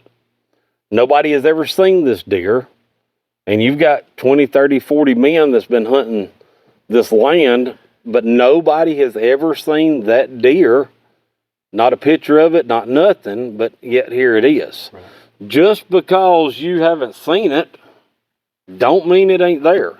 That's true. I agree 100%. That's a very good point. I've had many people say, well, I've hunted this land all my life. I ain't never seen nothing up there. And I said, well, I got a question for you. Can you be on that whole piece of property at one time? Well, ask that same person how many 10-point bucks have they killed up here. None, because you haven't seen one. But your buddy over there killed a 9 and a 12, Yeah. Just because you haven't seen it don't mean that it ain't real. That's true. Now, That's true. And you're not saying what all happened to you is Bigfoot. You just don't know. I have no clue. You have no idea. But in reality, it kind of points that direction, but you don't know that because No. you hadn't seen what it was. And I can sit here and point out everything and say, yeah, that points to Bigfoot, but I may even be wrong because we did not see it do it. And that's one thing I try to tell people. I mean, it points toward it. I agree 100%. It points toward it, and it's hard to deny vocals. It's hard to deny footprints. And there's people who've got good pictures. I'm going to go ahead and say that are legitimate pictures. And I ain't just talking about mine. I'm talking about there's some other folks in this world that's got the real thing on camera. But a lot of people still ain't going to believe it. A lot of people ain't going to believe it till one's 5 foot in front of them, and then some people are going to not believe it then. Oh yeah, they're going to come up with the reasons that they were out of their head, or I dreamed it up. Or... Right. Well, I know when you started talking to me about a lot of this stuff, I mean, all of it was ringing bells with me, and then when I would relay the message to like Mr. Bill White, who had been a researcher for a long time, and you know, of course, like he was a debunker too. He always wanted to make sure before he come out and said, "Hey, this is what this probably is." I mean, he wanted to debunk too, because he was already a sheriff's investigator. Anybody wants to know the truth. I mean, that's human nature. That's it. So he would try to debunk it best he could, and when he couldn't debunk it no further, he'd say, "Well, the only other option I got is that's what it was," you know, and. I mean, I know our eyes play tricks with us sometimes. I mean, that's just human nature. I mean, sometimes you can look at an object 100 yards away and it looks like something, and then when you get to it, it's something else. I mean, that's just human nature. Right. I agree 100% on stuff like that. But when you start adding other things in with it that's happening, then you start wondering. Well, you got to. Yeah. You got to question. Yeah. When this doesn't fit and that doesn't fit, but this does. Got the characteristics of it, yeah. Well, I mean, here's the thing. Until you can come up with something better, you know, that Tell me fits, what it was. right, that fits better, I only have one thing left to assume because everything else has been debunked. Right, that's it. That's it. You know, Just like when we went over to where you had put the deer, tied it up to the tree, and when I, came and me and you went over there, we walked everywhere, no sign of nothing. I mean, I seen where the tree was ripped out of the ground, no rope, no nothing. I mean, we didn't even find the tree. It's like whatever took place, it took the deer, rope, and tree with it, which is crazy. Well, I mean, the most explainable thing is something grabbed every bit of it, threw it across the shoulder, and tiptoed out of there. That's the point. That's the way it points. I mean, a bear, if we had a bear up here at that time, or a pack of coyotes, or if we had a mountain lion come through, they would have been signed from it. There's no possible way that there couldn't have been. There would have been a drag mark. We would probably found the rope in the tree, because it may have finally got to the point where they would have chewed the rope off of it. And nobody has ever come up and said they found a rope on a tree up here. If you ever noticed that ain't never popped up either. No, and there's also, and I'm sure some of the, I mean, I don't know all your viewers, so I'm just going to assume there's some of them's like, okay, so if it was a Bigfoot, why wasn't there a Bigfoot track right there at it? Don't think I haven't thought about that. I don't have an answer for that. These are the two things that I run through my head when I think about that. If there is any part of you that thinks that there is a teeny possibility that there is such thing as a Bigfoot, there's no way in your rational mind that you cannot automatically know that is a very intellectual creature. They're not stupid. Oh no. You don't become the king of hide and seek being stupid. Very good point. 100%. So who's to say that they're not smart enough to cover their own tracks in some kind of way? Now, that may be a little far-fetched. I don't know. Do I look like a professional? Have you ever seen one? Did you seen one cover his tracks? No, but have you ever seen one that didn't? No.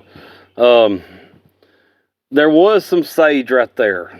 Me and the guy did make some marks bringing this deer in. We did not try to make a clean crime scene, 24 hours before, because we didn't know what was going to be happening in 24 hours. We didn't tiptoe into there, but we didn't hang out for one reason, and it had nothing to do with Bigfoot. We didn't want our own scent being there all over this area for an area that we're fixing to hunt coyotes. So we didn't walk in there grabbing sage with our hands. We literally walked in there pulling a rope side by side. I had part of the rope, he had part of the rope, pulling this deer in. Those tracks were clear. Could something have walked in there on the sage that was laid down by where we pulled it and us not seeing the tracks? That is the only theory that I have that literally makes any sense. So let's go with your next question. Well, why didn't it, go back out the same way? Anybody that knows, if you pull sage this way and you turn around and pull sage back that way, it's going to look like a 6-year-old with their first mohawk. It's going to be doing this number here, and it wasn't. It's still laid down mostly all flat this way. So for y'all that may have been going in that direction, we've already went that way. Go on to plan B of debunking it. And I would love to hear anything anybody's got to say, because, this is, like me and Mark said, this is 12, 13, 14 years ago, and I'm not getting any younger, and I'd like to know that. I'm going to ask God, don't think I ain't. Hey, what was that? So if y'all think y'all can come up with an answer beforehand, I would love to know. Yeah. Well, is there anything else besides, well, you pretty much done. I think everything that's happened to me over the years, I think that's that I can remember. Well, let me ask you one question, and we're going to get off in, because I know I don't want to keep wearing you out. And 30 minutes, Mark. I know. But hey, I ain't worried about that, brother. That ain't no problem. Because I'm not going to edit none of this. This is going to be just like it went. Okay. The camera hasn't stopped. I know our mics should be working, because I keep seeing blue. So there shouldn't be no editing had to happen. And the only thing I would edit would be if we stopped a minute or something went on, then it might stop. But with him telling everything, I wanted him to keep going and not, disrupt everything. Let's see how to word this a minute. My house, and I'm not going to go deep into that, but I know the people who moved into my old place. Okay. You know them. Mm-hmm. Don't go no further with that part. Yeah. Have they mentioned anything to you about living over there? Odd. Yeah. You ain't got to go deep into it. Well, that's what I'm trying to think is how to. They have animals there that have done things that they cannot explain. There's a person there that is a conspiracy theorist. Okay. So whenever something weird happens, their mind goes everywhere. Now, I have not reached out to said person.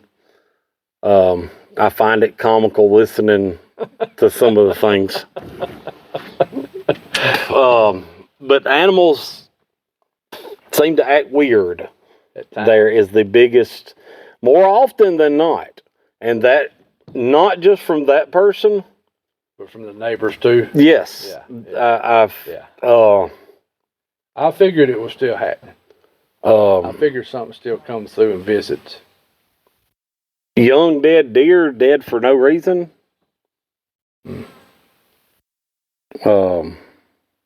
Interesting. Yeah. Well, let me say one thing about that. Healthy. Let me add that in. Let me say one thing about that area right there. On the back side, after I found out that these things were visiting the house, up the road on the back side, and there's a lady who lived up there that kept complaining about a peeping Tom.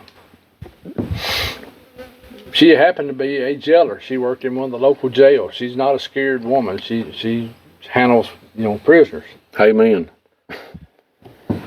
One day I happened to see her at the gas station. She was pumping gas. I pulled up to get gas. I was asking her how everything was going. And of course, when she went by all the time, she'd wave. And, sometimes she'd stop and talk a minute. Because she had horses, too. And back then, I had a lot of horses. She stopped one day, or was at the gas pump. Let me rephrase that. We were talking, and I asked her how everything's going. She said, well, everything's going good. But she said, you've been having that peeping Tom down at your house? So we got a peeping Tom running around the neighborhood. I said, well, no, not. At first, I didn't think Bigfoot. It did not go to my brain to Bigfoot. It automatically went to a person, because I'm thinking, well, here she is. She's a jeller, so she's been trained, and she's actually seeing a person that's prowling. That's what went to my brain for a minute. When she said, well, that's weird, said, she worked straight second shift. Her husband worked straight third, so he was already gone to work when she would get home. And she'd tell me, she said, I'd get home, walk in the house, get the lights on, and she's one of those that would stay up a little while after she got home. She couldn't go straight to bed, so she said, I'd fix me something to drink, and I'd go watch TV a few minutes. And, of course, she said I had to calm down a lot of nights from the jailhouse. Right. So I understood what she was getting at. And she said, a lot of times I'd be in the kitchen, and I'd look over at the window, and I'd see a face pop down. Well, she'd run out with her pistol, because, she's trained, and there wouldn't be nothing there. And she even called her buddies that were deputies and say, hey, come out here and ride the roads and see if you catch somebody walking. And a lot of times she'd jump in her vehicle and ride around. Right. Playing a kid in the neighborhood or something. That's what she thought. Well, when she was talking about that, and I said, so it's looking through your kitchen window? She said, yeah. And in my brain, it rung a bell. I was thinking, her kitchen window's way off the ground. So then I started going the other way. I said, hey, you mind if I ride over one day and look around? Well, no, that's fine. I said, well, I'll wait when your husband's at home one day, and I'll come over. So it was a few days later. Their kitchen's on the backside back there, and it's up. Yeah. Oh, yeah. So, and then, could you even see in the window? No, I could not see in the window. Yeah, because I'm thinking that was the window above my head. The window sill, the bottom sill, was right at the top of my head. And I'm 6'1". Because I visited that house with the previous owner. Right. Many times. Right.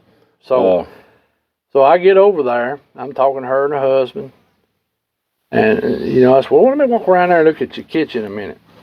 We walk around there, and I said, and I made this comment to her. I said, I guess the peeping Tom carries a ladder with him. She said, huh? Then it hit her like a ton of rocks. She said, you're right. She said, you're a tall man, and it's still above your head. I said, yes, ma'am. I did not come out and tell her booger. I stayed away. Thank you. You did the whole community a service there by not sharing that. I said, I looked around. I said, you got a bucket or anything laying around out here somebody could put up against the window? There wasn't nothing out there. And I said, well, I don't know.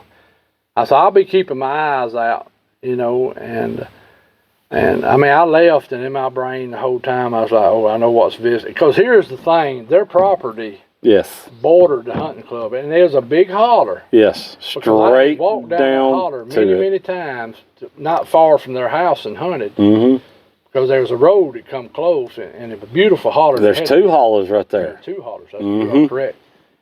And I had walked to their line before, not going to hunt right behind their house, but I had walked down there just to see what kind of sign was.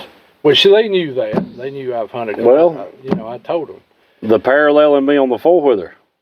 Coming down the same side of the mountain. That's right there. Yeah, right there at it. So, I didn't ever come out and tell her I thought it was a booger. I just kind of left that one alone. Sometimes I maybe should have, her being a policeman, or a jailer, whatever you want to call it, but I probably should have brought that up sometimes. No, you did right. So, but I did see her later on, and I asked her, was she still having problems? And she said, no. She said, after you come, it disappeared. I said, interesting. So, never had another problem over there. Did you pee on the door, on the window? No, I didn't do nothing over there. I'm just kidding. Sucker was probably up in the woods watching. Here's the other thing. She was a woman by herself. And a lot of women get a lot of encounters when they're by themselves. If you go look at a lot of reports, it's women at home alone when when they have the peeping toms or hear the slapping on the house or have other things go on. And it's usually when the husband's not there. Now, sometimes it happens when their husband's there. It's just like it happened with me and Rebecca. I leave, you know, at night, going to work. By the time I get to work, sometimes Rebecca will be done call me and says something just slapped the house, got the dogs tore up. Something's setting off the motion lights, but I ain't finding what it is. Then I found the big thumbprint on my air conditioner window at the bedroom. This air conditioner is, bottom of it's at my chin, the top's still above my head because that window's pretty high, and you can see exactly where like something took its thumb, put it like that, and mashed the fins in. And you can see a padded area up under my window. I will say this, and it has not occurred to me till just now. And I was going to try not to put this part in here too much, but Well, I mean, it's kind of, a lot of them might wonder why I was on the club as much as I was to have these experiences, because it wasn't all just deer dogging. But I had went through a divorce and I had actually moved back home. yeah, I remember when you. So I would, I'd come up on the club just to get away, Right. you know, sometimes. Yeah. I mean, I love being in the woods. But other than the deer and the black object, every other encounter that I've had, I'm making sure this is right. I've had a female involved. You had a woman with you? Every time, except for the deer and that one morning. And that one night you left, there wasn't a woman with you when you left? No, but there was a woman up here. That's right. Yeah. Think about it, to all the times Pat was here, or that we was up here. This reason why we started getting women, somebody, bring your girlfriend, bring your wife. We had more activity if a woman was involved. Oh, yeah. Oh, yeah. I agree 100% there. I never have realized that. I never have really thought about it to that degree. Yeah. I just always thought the woman was up because we had a screaming thing going on, you know. Well, I mean, we didn't really bring the women for bait. Like, I mean, I know that sounds kind of rough. Well, no. but they wanted to come, too. Yeah, nobody was like, hey, we need you to really no. Yeah, or bribery. I mean, it wasn't like that.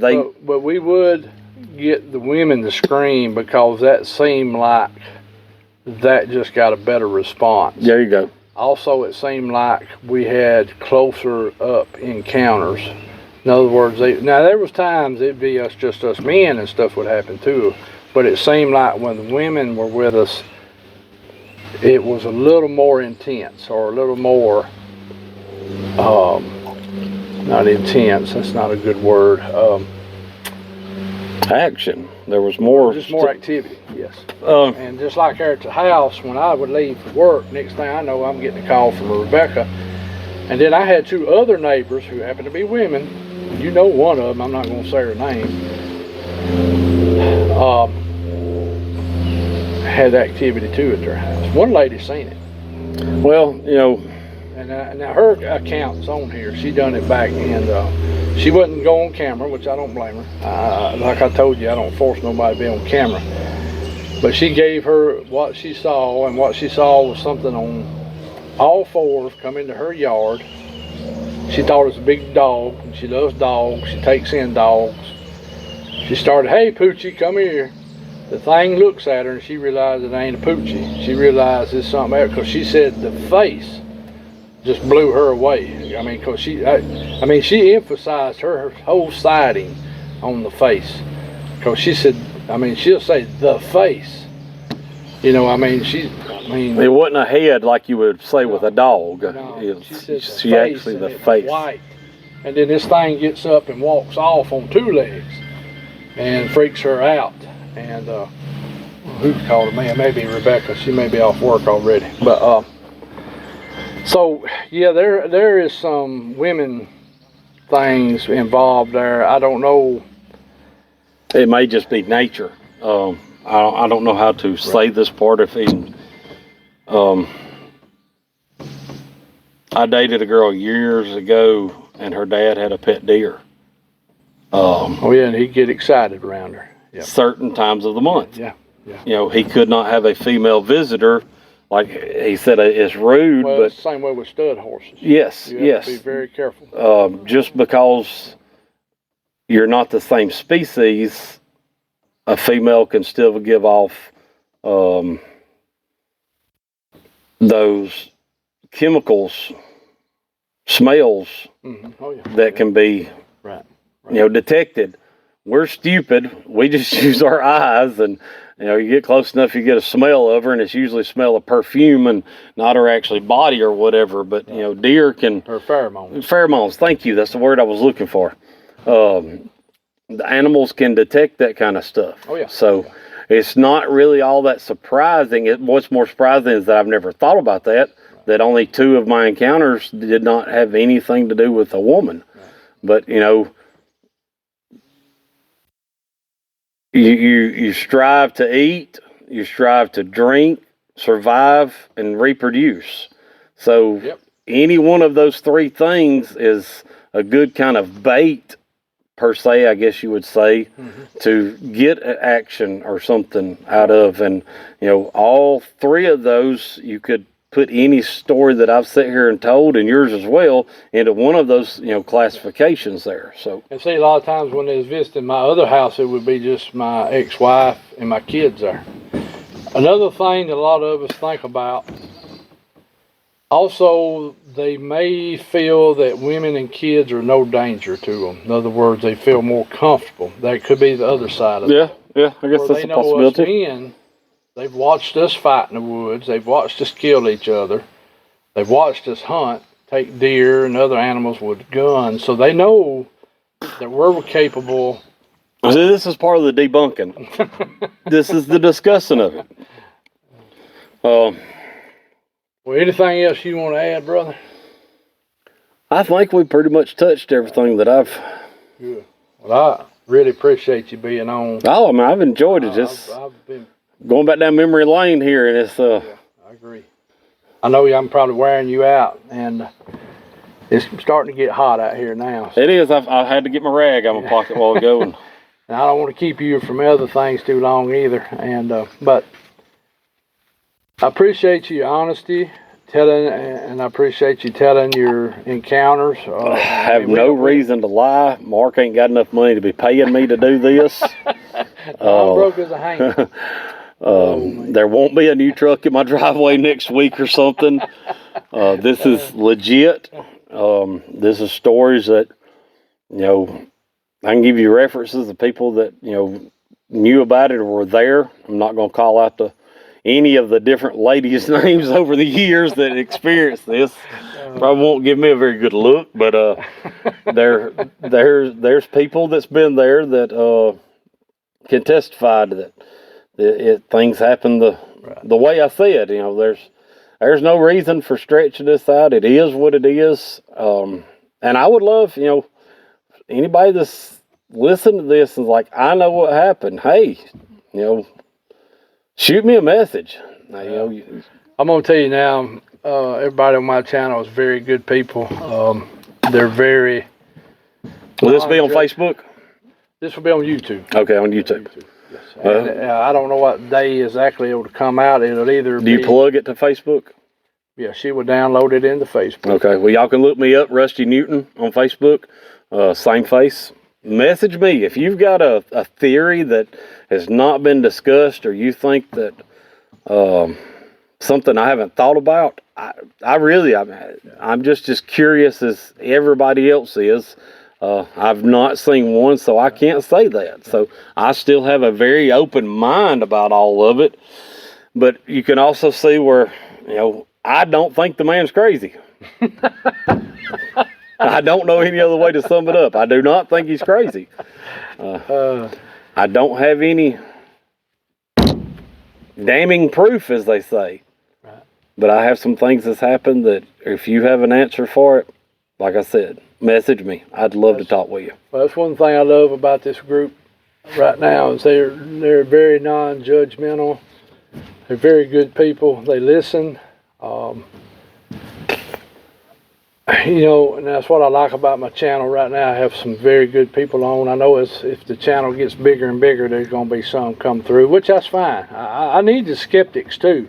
Oh, yeah. Skeptics help keep you in line. Well, they question things and Right, make and you they think make- outside the box. Right. So you need those people too. I don't want people being belligerent. Now that's a whole different ballgame when they get. Yeah, don't get on here calling me a liar, because I'll straight up, we'll have to go get in a circle or something, because I ain't lying to you.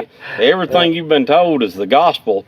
I just don't have reasonings for why it happened, but ain't a lie been told up here today. No, I've had a good time sitting here. Oh yeah, We need to do this back often more. So a little cooler. I agree with that. A little cooler. I agree with that. I got sweat running down my legs right now. It's getting hot here in the woods now. But I thought we was gonna have, it got cloudy a while ago. It did, and boy, the it wind got feeling good. The boy. wind picked up, and I was like, you know what? Mark picked a really good spot. But since he said we're gonna wrap it up, Mother Nature said, "Oh, they're quitting. We can turn the air off," and we didn't wrap it up. Now we're sitting here sweating. Well, everybody, I appreciate y'all tuning in today and listening to what Rusty had to say. I've been wanting to get him on here, and I've got some other hunting club members. Of course, I need to get Keith back on here some too. But there's other people that have experienced stuff, seen things up here. I wish I could get everybody, but some of them I don't know where they are now. I don't know if I could find them or if they'd even be willing to tell what happened to them. But this is just that's why we call it Creepy Mountain. It's creepy at times. Of course, I mean, that name come from Adam Bassett and Finding Bigfoot, because they didn't want to call it its real name. And of course, it's private property, so we kind of we don't want to divulge where its location is. Some of you already know where it's at. Some people I trust enough to tell where it's at. But, and not saying I don't trust everybody, I'm sure everybody understands why you just can't come out and Yeah. give a pinpoint address. Right. So Here's where it happened. We're gonna send out GPS plugs right now. because if I get the hunting club stirred up or the landowner stirred up, then, here we go. Right. But, brother, I appreciate you being on. I appreciate your honesty. And like he said, he's not saying it was a Bigfoot. He's just No. telling you this is the stuff that's happened to me that was very different. So, Unusual at its finest. Mark, I appreciate you inviting me on here. It's been good going back over all these. well, here's one thing about this, too, I'm going to tell you. This will be history for your kids one day. Because this might be something you never talk to them a lot about. Yeah, it's not easy to talk with a younger child about something like this. But you can explain, if they needed to, they could probably still find this. In fact, there's probably a way that you could download it later on, even though it's on our channel. I'll ask Rebecca about that. Yes, you could still download I it. was going to say you could download it down later and save it and put it on a file or something where later on, if something did happen to YouTube, Right. you would still have it, and your kids one day could look at it. Because that's one reason I'm using this. It just ain't it's about to tell everybody the truth about that these things exist, but also it's a history thing that people Right. can go back later on and say, well, Mark Green told us this, Mark Green told us that, and I ain't no expert, but he told us this and that, and that's true, And We need more history put in first person and not third person anyway. right, I agree. Just so you have the facts. And that's why I wanted you to tell what Right, happened. right. Because, see, I may add something that wasn't there, or I may leave something out that needs to be there. Right. Because I'm going by memory too, but all of it didn't happen to me. That's Right. why I love it when somebody tells their own story in their own words, because they give it life better. Right. People understand it better. And in the end, it's a lot better. It's a lot better. Yeah. I get it. It's always better from the horse's mouth. That's it. I agree. So, Well, y'all, we're going to get off here. I appreciate everybody, like I said, being on. I'm not going to go through all the people we support today, but y'all know who it is. And we'll have our live Friday night at 7 p.m. like we always do. Y'all come join us in the chat. And of course, we'll talk about everything, homesteading, Bigfoot, paranormal, farming, you name it. We'll go down the road on it. Had Spencer on last Friday night, and I appreciate him being on. And that's something I was going to mention to you one day if you ever like to do a live with us. Oh, count me in. And it's fun. Count me in. Like I told you, we got a good group of people, and they like to cut up some. And that's good because you need cutting up going on too. But they're serious when they need to be serious too. So some of them I need to take a switch to every now and Look, then. I cut up too much as it is, but you were sitting there saying that, and I was like, yeah, I'm going to do a plug in this thing. I'm single, by the way. Oh, man. Yeah, you never know. No. You never know. There No. might be one catches. I'm not looking for Miss Bigfoot, though. We don't need any little Bigfoot rusties running around. Matter of fact, gosh, I haven't heard that in forever.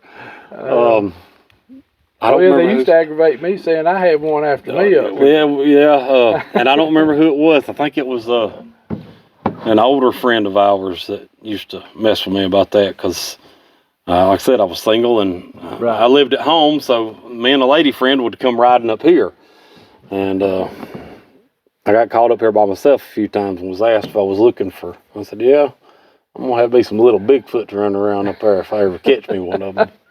Not looking for a little Bigfoot, y'all, promise you. He's just cutting up. Yes. You have to know Rusty. He I feel like I've done good through this whole video You have being done- serious. You've done very good, and I'll be honest with you, you've added some humor to it, but also you've added some seriousness, that's what you want. Well, I mean, That's what you want. a deer disappearing by itself and no tracks. I don't know if it happened to you, you'd see it's a pretty serious matter. Yeah.